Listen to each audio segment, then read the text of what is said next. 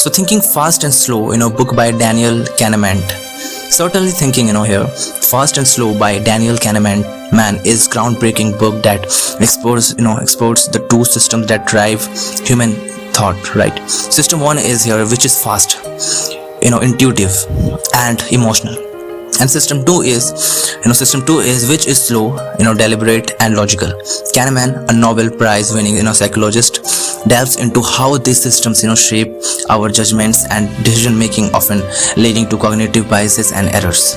Key concept in the book is two systems of thinking. System one is here, operates automatically and quickly, with little effort. It helps us make snap judgments, but is prone to biases, right? System 2 is requires attention and effort, handling complex reasoning, but is often lazy, relying system 1's shortcut.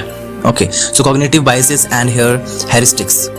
Kahneman explains how our brains use shortcuts. Heuristics that we called, how our brain use shortcuts that can lead to systematic errors. Some key biases include here that anchoring bias.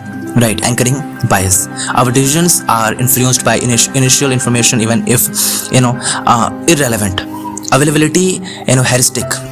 We judge the likelihood of events based on how easily examples come to mind. Loss aversion, right? People's fear loses more than they value equivalent gains, leading to risk averse, right, behavior. Overconfidence and illusions of understanding here. Human tends to be overconfident in their judgments, often underestimating uncertainty. The planning fallacy, describes how people underestimate the time and resources needed for tasks. Prospect theory and decision making under risk, right? So here Kahneman and his colleague Amos Tversky developed prospect theory, which explains how people evaluate potential losses and gains, right? People tend to here avoid risk when facing here gains, but take risk to avoid losses. The role of intuitions versus rational thought. While intuitions can be powerful, but here it is often misleading, right? Experts here develop reliable intuitions through experience, but in many cases deliberate reasoning is necessary. So impact and takeaways here. Understanding this cognitive biases can help individuals make better decisions in finance, business and everyday life. So Kahneman's insight challenge the traditional view of rational decision making, right? Showing that human thinking is deeply flawed and predictable. Right. So how can these concepts here be applied in daily decision making, right?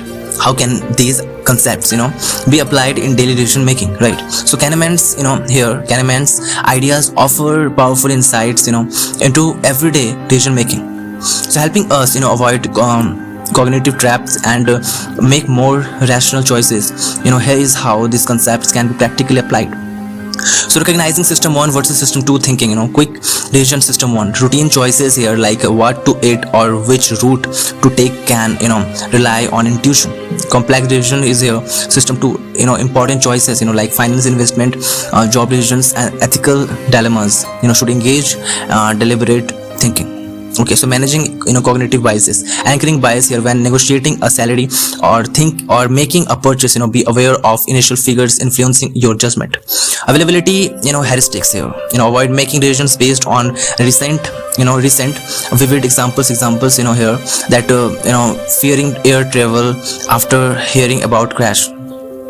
Loss aversion here, right? So here recognize when fear of loss is holding you back from a rational risk like investing or trying a new opportunity.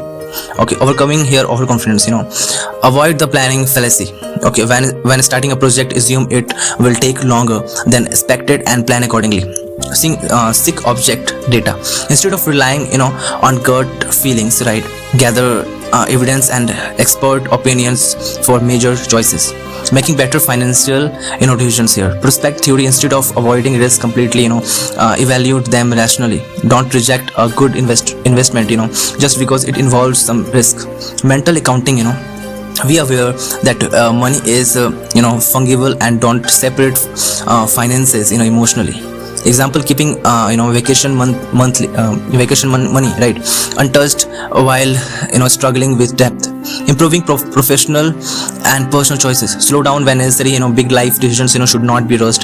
Give system to time to weigh pros and cons. Check your intuitions here. While intuitions can be valuable, verify it with logic and facts before acting on it. So what are some tips for using this concept daily? So integrating thinking fast and slow concepts into daily life can significantly enhance decision making and awareness. So here are practical tips to help you to apply Kahneman's insights effectively. So recognize women to engage system. For routine decisions, trusting your intuition, system 1 is fine, right? So for complex choices, pause and actively engage system 2. If you feel rushed and overconfident, reconsider the reasoning, behind your decisions. So counter biases with conscious thought. Anchoring effects here, don't let the first number, you hear dictate your decisions, right? If negotiating, research before accepting initial offers, right? So availability, heuristics. Okay, don't judge situation based on most recent or vivid examples. Look at object data, right? So loss aversion, right? Evaluate risk rationally, instead of avoiding them out of fear. Okay, improve financially and career decisions, right? Before making a big financial move, right, analyze whether emotional biases, fear or excitement, right, are influencing your judgment. Avoid the planning fallacy by setting realistic timelines. Always add extra time for unexpected obstacles, right? So use reflections to reduce overconfidence. Before finalizing a decision, ask, how certain am I really? What could go wrong? What are alternative perspectives? Create mental strategies to avoid impulsive decisions. When faced with a certain choice, right, take a deep breath and ask yourself whether you are relying on intuitions or analyze, right? So if making a big life decisions, write down reasons before acting. Train yourself to think more critically. Whenever making assumptions, ask, what's my evidence, right? What's my evidence? When someone presents an argument, consider what biases may be influencing their perspective. So Thinking Fast and Slow by Daniel Kahneman explores two distinct thinking systems. System 1, fast, intuitive and emotional, and system 2 is slow, deliberate and logical. So this book explains how these systems work together to shape our judgments and decisions, highlighting the biases and heuristics that can lead to errors in thinking, right? It also delves into concepts like loss aversion, the endowment effect and the planning fallacy, offering insights into how to make better decisions in both personal and professional life. So certainly thinking, is that fast and slow here. Thinking Fast and Slow by Daniel Kahneman is a deep exploration of human cognition, revealing how our minds operate through two distinct systems, right? So the two systems of thinking here, system 1 is fast, automatic, intuitive and emotional, it helps us make quick judgments but is prone to biases. System 2 is slow, deliberate, logical and effortful. It engages in complex reasonings but is often lazy, relying on system 1's shortcuts. Cognitive biases and heuristics. Kahneman explains how our brains use shortcuts, that we call heuristics, that can lead to systematic errors. Okay, anchoring biases. Our decisions are influenced by initial information when, even if irrelevant. Availability heuristics. We judge the livelihood of events based on how easily examples come to mind, right? Loss aversion. People fear losses, more than they value equivalent gains, leading to risk averse behavior, right? Okay, so overconfidence and illusions of understanding. Human tends to overconfident in their judgments of underestimating uncertainty, right? So the planning fallacy describes how people underestimate the time and resources needed for tasks, right? So prospect theory and decision making under risk. So Kahneman and Amos Tversky, right, develop here prospect theory, explaining how people evaluate potential losses and gains. People tend to avoid risk when facing gains but take risks to avoid losses, right? So here the endowment effect. People overvalue things they own simply because they possess them. This lead to irrational decision making, such as refusing to sell an item for a fair price. Practical application here, personal life, recognizing biases can help in relationships, financial decisions and personal growth. Professional life here, businesses can improve decision making by reducing reliance on intuition and focusing on data driven strategies. So here, explain how system 1 and system 2 integrate in decision making. System 1 and system 2 work together dramatically, dynamically in decision making, often here influencing each other in ways we don't consciously realize. So here is how they integrate. System 1 initiated quick judgments. System 1 here operates automatically, generating rapid responses based on intuitions and past experiences. So here it helps to make snap decisions, like recognizing a recognizing a familiar face, right, or reacting to danger. System 2 steps in for complex decisions. When a situation requires deeper analysis, system 2 takes control, slowing down the thought process, right? Slowing down the thought process here. It evaluates systems 1's, initial judgments, checking for errors or biases.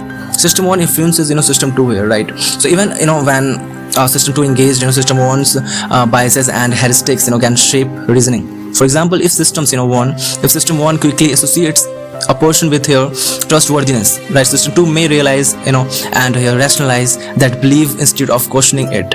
System 2 can train system 1 over time. Here repeated use of system 2 can refine system 1's instincts. Experts in fields like chess or medicine develop fast, accurate intuition because system 2 has trained system 1 through experiences. Okay, so when system 2 fails to override system 1, if system 2 is lazy or distracted, it may accept system 1 flawed judgment without questioning it. This leads to cognitive biases such as overconfidence and stereotyping. Okay, so next question is how does this apply to everyday life decisions? So here Kahneman's insights on system 1 and system 2 can be applied to everyday decisions making in many ways, right? Here's how understanding these two thinking systems can improve the way we handle daily choices. Quick versus thoughtful decisions. System 1 for routine choices, choosing breakfast, recognizing familiar faces, or instinctively stopping at a red light, right? System 2 is system 2 for important decisions, evaluating career options, financial investments or ethical dilemmas. Okay, avoiding cognitive biases on daily life, your anchoring effect. So when shopping, avoid being influenced by the initial price or discount percentage, compare actual value. Loss aversion here, instead of fearing loss, evaluate risk objectively, whether in investments or personal changes, I'm to say. Availability, heuristics. Don't let recent dramatic news skew your perceptions of risks. Check data before making assumptions. So here managing overconfidence here, before deciding, ask, am I relying on intuitions alone? Have I verified the fact? What could go wrong? Right. Okay, making smarter financial and work decisions. Perspective theory here, firstly I will start from perspective theory. Instead of avoiding risk, although analyze them rationally. Don't reject a good opportunity because of immediate fear, right? Planning fallacy here, when starting a project, assume it will take longer than expect or plan accordingly. Enhancing personal and professional relationships. Checking intuitions here, system 1 may lead to judge a personal 2 quickly, right? System 2 helps reconsider first impression. So here a deliberate thinking for communication. Before responding emotionally, pause to engage system 2 for a more rational reply, right? So this is what about Thinking Fast and Slow book by Daniel Kahneman. So yeah.